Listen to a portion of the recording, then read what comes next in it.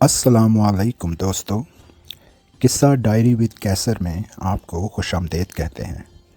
قصہ diary with کیسر ایک سفر ہے من لبھاتے قصوں، داستانوں، آپ بیتیوں اور خوف سے بری کہانیوں کا۔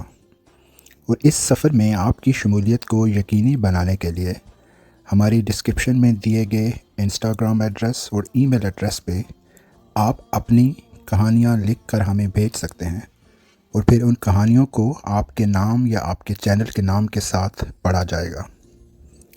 تو چلتے ہیں آج کی کہانی کی طرف۔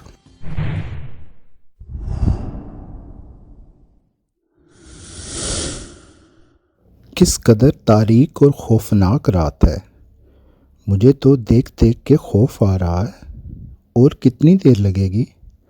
عائشہ نے بے چین ہوتے ہوئے آصف کی طرف دیکھ کر پوچھا۔ آصف کی نظریں اس وقت روڈ پر جمی ہوئی تھیں اور وہ بڑے انہماک سے ڈرائیونگ کیے جا رہا تھا۔ عائشہ کی یہ بے چینی دیکھ کر وہ مسکرایا اور بولا، بس کچھ ہی منٹس کی ڈرائیونگ اور ہے میڈم، اور پھر آپ کا شاندار محل آنے کو ہے۔ خدا کا شکر ادا کرو، شہر کے شور شرابے سے دور اتنی اچھی اور پرسکون جگہ پر یہ اچھا گھر مل گیا، اور تم ہو کہ بے چین ہوئے جا رہی ہو۔ آصف کی ان دلیلوں پر عائشہ قطعاً متاثر نہ ہوئی اور اپنی آنکھیں بند کر کے سر سیٹ کے ساتھ ٹکا لیا۔ عائشہ اور آصف کی شادی کو ابھی کچھ مہینے ہی گزرے تھے۔ شروع کے کچھ دن تو کافی اچھے گزرے، لیکن پھر زندگی کی آزمائشوں نے ان کو آ لیا۔ کسی بھی عام لڑکی کی طرح عائشہ کے ذہن میں بھی شادی شدہ زندگی کا ایک فیری ٹیل قسم کا خاکہ تھا کہ شادی کے بعد سب کچھ اچھا ہوگا، ایک پیار کرنے والا شوہر ہوگا، اس کا اپنا گھر ہوگا اور ہر طرف امن اور چین کی بنسی بجے گی۔ کہا جاتا ہے کہ عورت کا ہر روپ ہی اچھا اور شفقت بھرا ہوتا ہے، چاہے وہ ماں کا روپ ہو، بیٹی کا روپ ہو، بیوی کا روپ ہو یا بہن کا روپ ہو۔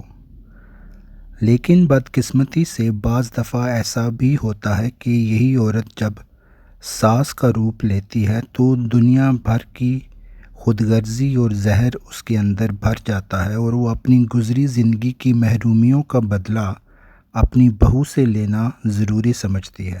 بس کچھ ایسا ہی معاملہ عائشہ کے ساتھ رہا۔ شروع کے کچھ دن تو بہت اچھے گزرے، اور پھر اچانک عائشہ کی ساس کو یہ محسوس ہونے لگا کہ وہ جب بیاہ کر اس گھر میں آئی تھی تو اس کی شروع کی زندگی تو ایسی خوشحال اور پرامن تو نہ تھی۔ یہی سوچ اس کو عائشہ سے بدلہ لینے پر مجبور کرتی، اور اس نے عائشہ کی زندگی کو اجیرن بنانے کے لیے ایسے طور و اطوار اپنائے کہ عائشہ جیسی معصوم لڑکی بالکل سہم کے رہ گئی۔ آصف نوجوان لیکن معاملہ فہم انسان تھا۔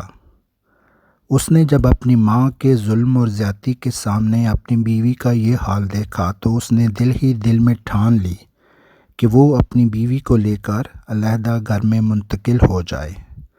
ایسے اس کے تعلقات اپنی ماں کے ساتھ بھی خوشگوار رہیں گے، اور وہ اپنی شادی شدہ زندگی کو بھی بہتر طریقے سے چلا سکے گا۔ لیکن اتنی جلدی مناسب گھر کا انتظام کرنا کوئی آسان کام نہیں تھا۔ اس نے اپنے ساتھ کام کرنے والے کچھ دوستوں سے اس مشکل کا ذکر کیا تو اس کے دوست حامد نے، جو اس کے ساتھ ہی کام کرتا تھا، ایک بڑا مناسب مشورہ دیا۔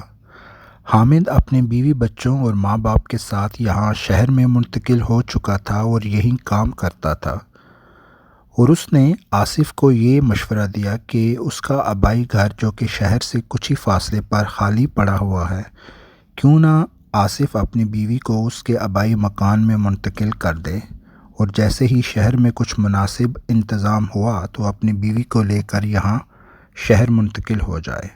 آصف کو یہ پیشکش بڑی مناسب لگی۔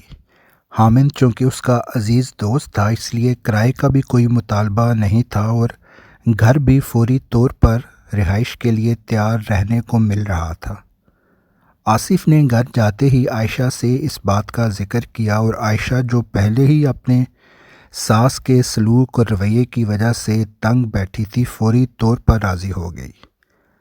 آصف چونکہ ایک معاملہ فہم انسان تھا، اس لیے اس نے اپنے ماں باپ کو بھی بڑی سمجھداری سے اس منتقلی پر راضی کر لیا اور اگلے ہی دن حامد کے ساتھ اس کے آبائی گھر کو دیکھنے کے لیے گیا۔ پرانی طرز پہ بنا یہ چھوٹا سا گھر مناسب لگ رہا تھا اور بظاہر سب کچھ ٹھیک تھا۔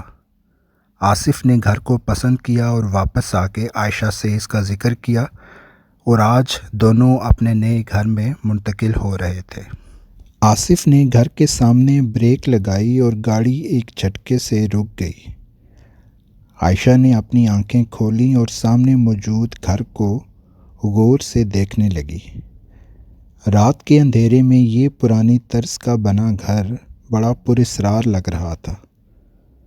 عائشہ نے خوف سے اسے دیکھا اور بولی، او خدایا، یہ تو باہر سے بالکل بھوت بنگلہ لگتا ہے۔ میڈم، ہم نے گھر کے باہر نہیں، گھر کے اندر رہنا ہے، آصف نے اسے چڑھایا۔ عائشہ نے آصف کی بات کو نظر انداز کیا اور گاڑی کا دروازہ کھول کر باہر نکل گئی اور گھر کو غور سے دیکھنے لگی۔ وضاقتہ سے کافی پرانا لیکن ابھی بھی رہنے کے لیے کافی مناسب گھر تھا، اور ویسے بھی پچھلے 2 دنوں میں آصف نے ضروریات زندگی کی تقریباً سبھی بنیادی چیزوں کا انتظام کر لیا تھا۔ کافی محفوظ گھر ہے، میں نے سارے انتظامات بھی مکمل کر لیے ہیں، انشاءاللہ ہمیں کوئی مسئلہ نہیں ہوگا یہاں، آصف نے کمروں میں ادھر ادھر جھانکتے ہوئے کہا۔ عائشہ بھی گھر کو بغور دیکھ رہی تھی اور اب بظاہر مطمئن نظر آ رہی تھی۔ لیکن آصف، آپ بتا رہے تھے کہ آپ کو ابھی 1 ہفتے کے لیے شہر ہی رکنا ہوگا، تو میں اکیلی یہاں کیسے رہوں گی؟ عائشہ نے پریشانی سے کہا۔ ارے بھائی، کوئی مسئلہ نہیں ہوگا، کافی آباد علاقہ ہے، اور ویسے بھی حامد کی خالہ زاد بہن یہاں 2 گھر چھوڑ کے ہی رہتی ہے، اس کا فون نمبر میں تمہیں دے جاؤں گا اور اس کو تمہارا فون نمبر دے دوں گا، آپس میں رابطے میں رہنا اور دن کو اس کے پاس چکر بھی لگا لیا کرنا، اور میں بھی رابطے میں ہی رہوں گا، بس کچھ آفس کے کام کے سلسلے میں 5 سے 6 دن رکنا ہے، اور کیا معلوم ان 5 سے 6 دنوں میں ہی میرا شہر میں کوئی انتظام ہو جائے اور میں تمہیں یہاں سے شہر لے جاؤں گا، ہم کون سا یہاں لمبے عرصے کے لیے رکیں گے۔ وہ رات کافی اچھی اور پرسکون گزر گئی۔ صبح عائشہ اپنی مرضی سے جاگی اور اپنا اور آصف کا من پسند ناشتہ بنایا۔ عائشہ کافی خوش اور مطمئن تھی، شادی کے بعد پہلی دفعہ ساس کی جلی کٹی سنے بغیر اپنی مرضی سے جاگی اور اپنا من پسند ناشتہ بنا کے کھایا۔ ناشتے کے بعد آصف عائشہ کو حامد کی خالہ زاد بہن، جو کہ 2 گھر چھوڑ کے ساتھ ہی رہتی تھی، ملوانے لے گیا۔ تم بالکل فکر نہ کرو عائشہ، جتنے دن آصف بھائی گھر میں موجود نہیں ہیں میں تم سے رابطے میں رہوں گی، اور جب بھی کبھی کوئی مسئلہ ہو تم مجھے فون کر سکتی ہو، میں یہاں پاس ہی تو ہوں، انشاءاللہ ایک دوسرے سے ملتے رہیں گے۔ حامد کی خالہ زاد بہن کی یہ باتیں سن کر آصف اور عائشہ کافی حد تک مطمئن ہو گئے۔ وہاں سے آصف نے عائشہ کو واپس گھر ڈراپ کیا۔ آپ فکر نہ کریں آصف، میں ٹھیک ہوں، آپ آرام سے اپنا کام نپٹا کے آئیں۔ پھر دونوں نے ایک دوسرے کو مسکرا کے خدا حافظ کہا اور آصف شہر کی طرف روانہ ہو گیا۔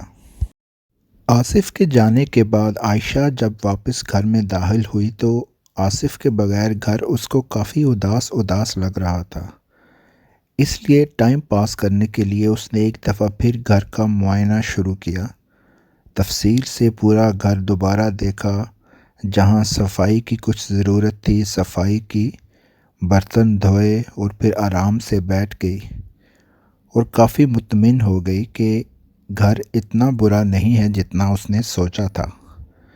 ٹی وی کی مدھم آواز میں دلچسپ کتاب کا مطالعہ کرتے کرتے عائشہ کو احساس ہی نہ ہو سکا اور آدھی رات بیت گئی اور اس پہ نیند کی غنودگی چھا گئی، اور پھر رات کے کسی پہر ایک عجیب روشنی سے عائشہ نے نیم غنودگی کی حالت میں اپنی آنکھیں کھولیں تو کمرے کے سامنے والا کونا کسی عجیب سی پرنور روشنی سے چمک رہا تھا۔